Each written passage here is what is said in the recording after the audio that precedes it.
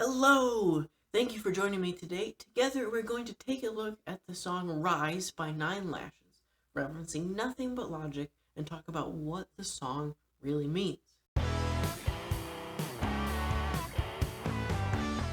Before we get started, let me say that this is one opinion critique that I am rationalizing with logic. If you have other thoughts and opinions, feel free to discuss those in a respectful way.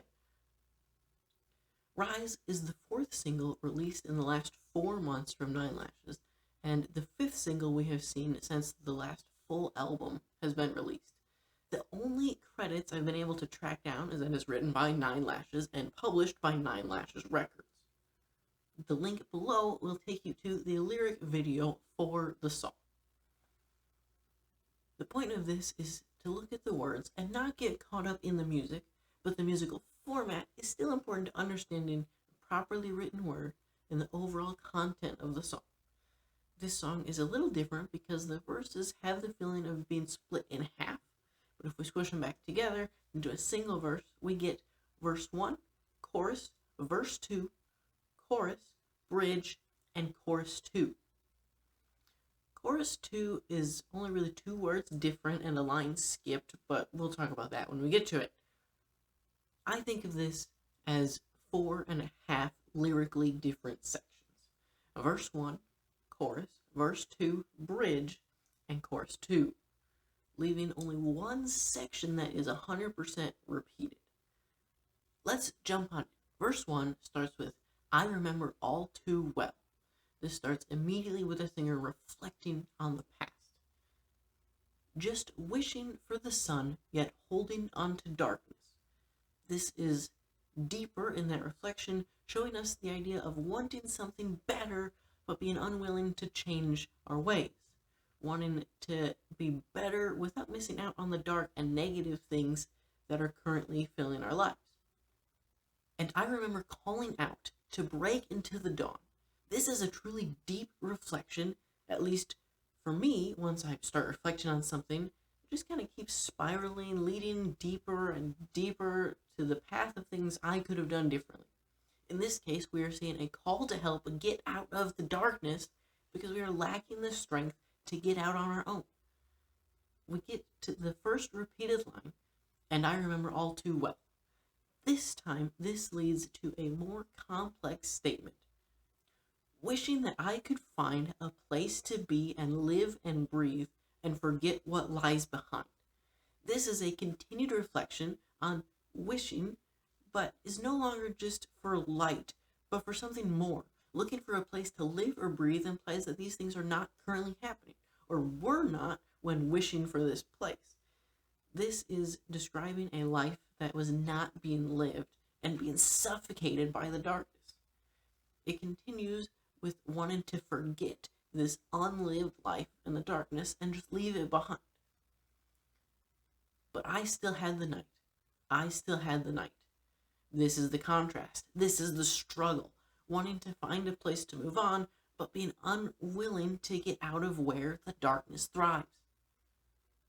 This is verse 1, and as a whole, it is a reflection on being in the darkness and wanting out, but having a hard time getting there.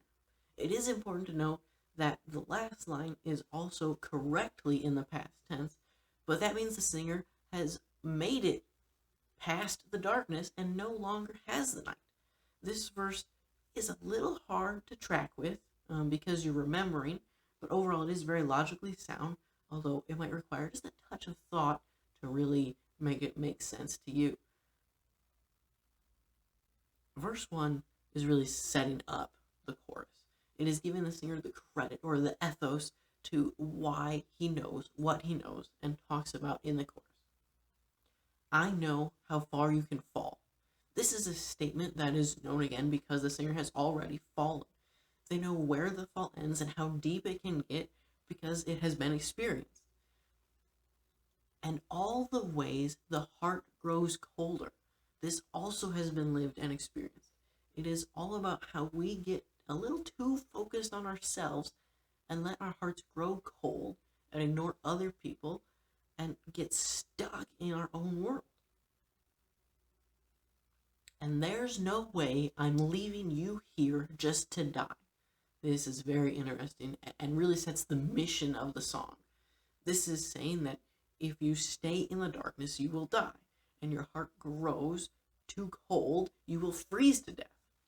The singer here has experienced so much pain and suffering and is not willing to sit back and let others go through the same things. Give up the fight only to fly, making your way back home. This is a little bit tricky statement. There might be some minor issues as well. This is a call to stop fighting the light and let go of the darkness. And when you do, you will fly. That doesn't make a ton of sense at first, but if we think about this is a statement that when you stop fighting and let the light in, you will find yourself flying. This being a good thing and unlocking something that was missing in the life with the darkness, and will lead you back home. This seems to be saying that the place you were wishing for in verse 1 is our true home. And I believe there's more to the story than all the ways a man can fall. This is really bringing hope into this chorus. There is more to life than the darkness, more than just the failures and the coldness. So rise with me, the dawn is approaching now. This is the call to rise up above the darkness and to be ready for the light that is coming, the dawn that cannot be outrun. Overall, this is still very solid and is tied in nicely with the verse and really solidifies the meaning of the song, rising up above weakness and living out the best possible life. Verse 2 takes a slight shift to talking more about living in the darkness and not just remembering it. Everybody knows this well, that the darkness comes for all. This is a reminder that nobody is safe. No matter how bright your life may be, the darkness is coming and will find a way to strike,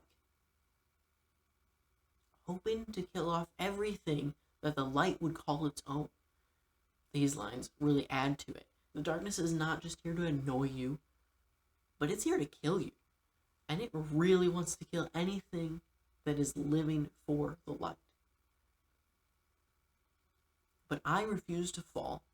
I refuse to fall. This is a statement that should be sung loud and proud. I'm not going to fall to this darkness, no matter what it throws at me.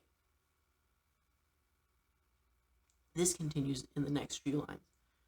Breaking forth, never going to be another casualty that is not going to die to this darkness.